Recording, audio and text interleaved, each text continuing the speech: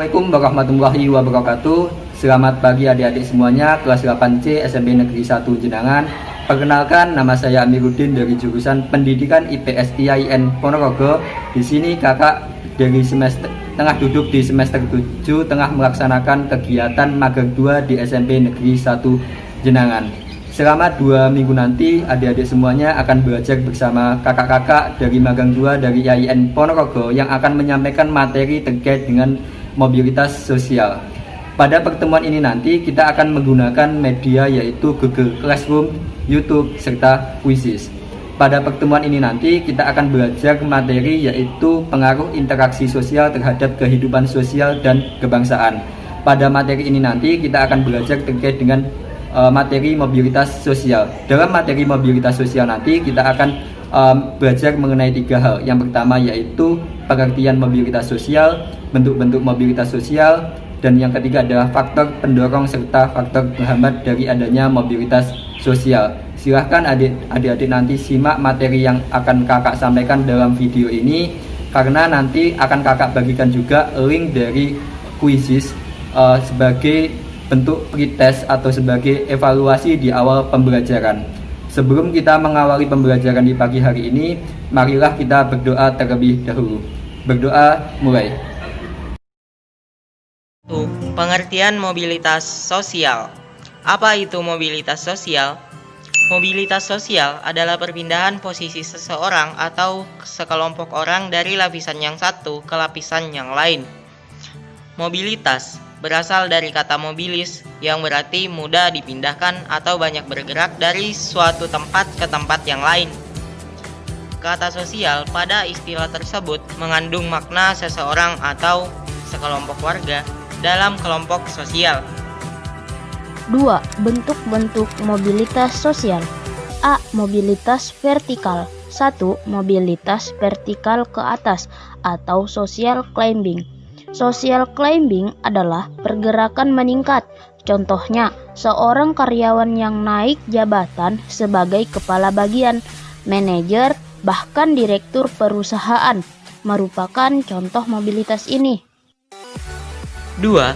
Mobilitas vertikal ke bawah atau social sinking.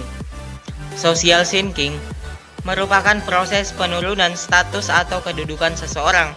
Mobilitas ini dapat menimbulkan masalah kejiwaan seperti stres dan bahkan kegilaan. Contohnya, seseorang yang sudah memiliki jabatan tinggi malah dipecat karena ketahuan korupsi. Gimana nggak stres coba? Oh ya, aku punya tips untuk menghafal mobilitas ini. Caranya kalian ganti aja tuh sinking menjadi sinting. Ya kan? Haha. B. Mobilitas horizontal. Mobilitas horizontal adalah perpindahan status sosial seseorang atau sekelompok orang dalam lapisan sosial yang sama.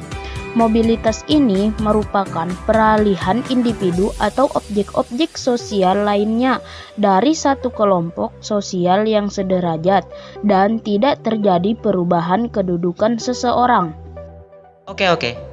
Mungkin ini agak ribet, tapi ini gampang kok.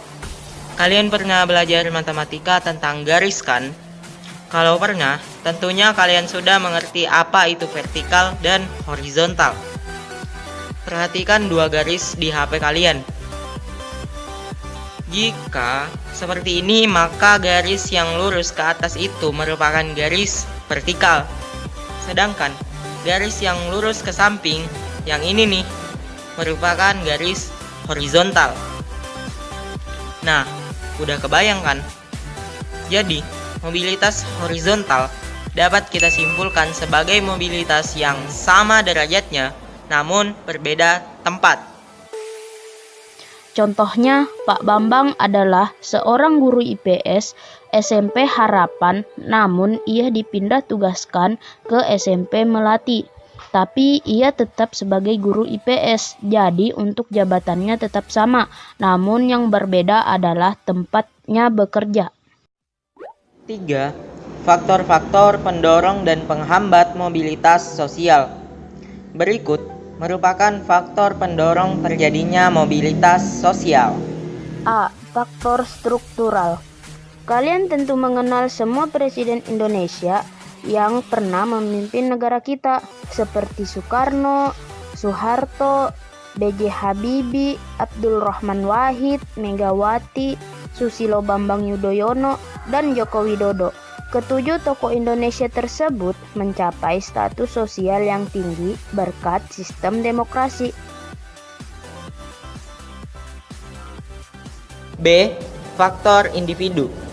Setiap keberhasilan yang ingin dicapai pastinya kembali kepada diri kita. Bagaimana kita berjuang, ambisi kita, sikap, pengetahuan, keterampilan, itu adalah kunci untuk mencapai peningkatan. C.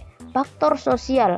Ketidakpuasan akan status sosial mendorong manusia untuk berjuang segigih-gigihnya. D. Faktor ekonomi. Acil adalah anak dari keluarga miskin. Karena keadaannya itu, ketika SD ia sering sekali dibully oleh teman-temannya. Namun, ia tetap semangat dan selalu berusaha yang terbaik. Contoh tersebut patut kita tiru. E. Faktor politik. Kondisi negara yang aman dan damai membuat para pemimpin dapat menjalankan roda pembangunan. Semua rakyat berperan aktif dalam pembangunan. F.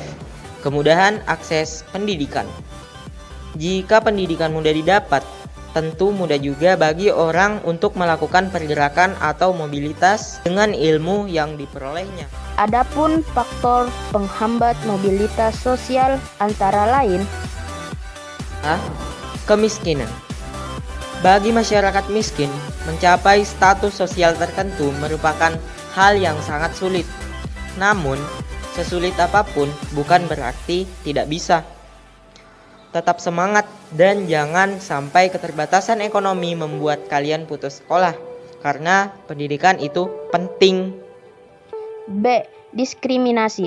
Diskriminasi atau perbedaan perlakuan, biasanya orang yang didiskriminasi cenderung mendapat perlakuan yang berbeda.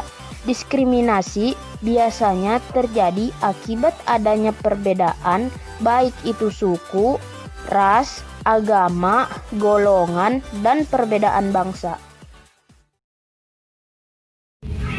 Nah, setelah adik-adik semuanya selesai menyaksikan materi yang kakak sampaikan dalam video ini, selanjutnya nanti silahkan adik-adik semuanya kerjakan tugas yang telah kakak bagikan linknya pada kolom Google Classroom. Silahkan nanti dibuka linknya, kemudian dikerjakan tugasnya. Tugasnya nanti berupa pilihan ganda di media quizzes. Nanti dari pengerjaan tersebut nilai dari adik-adik semuanya akan muncul secara otomatis setelah adik-adik selesai mengerjakan.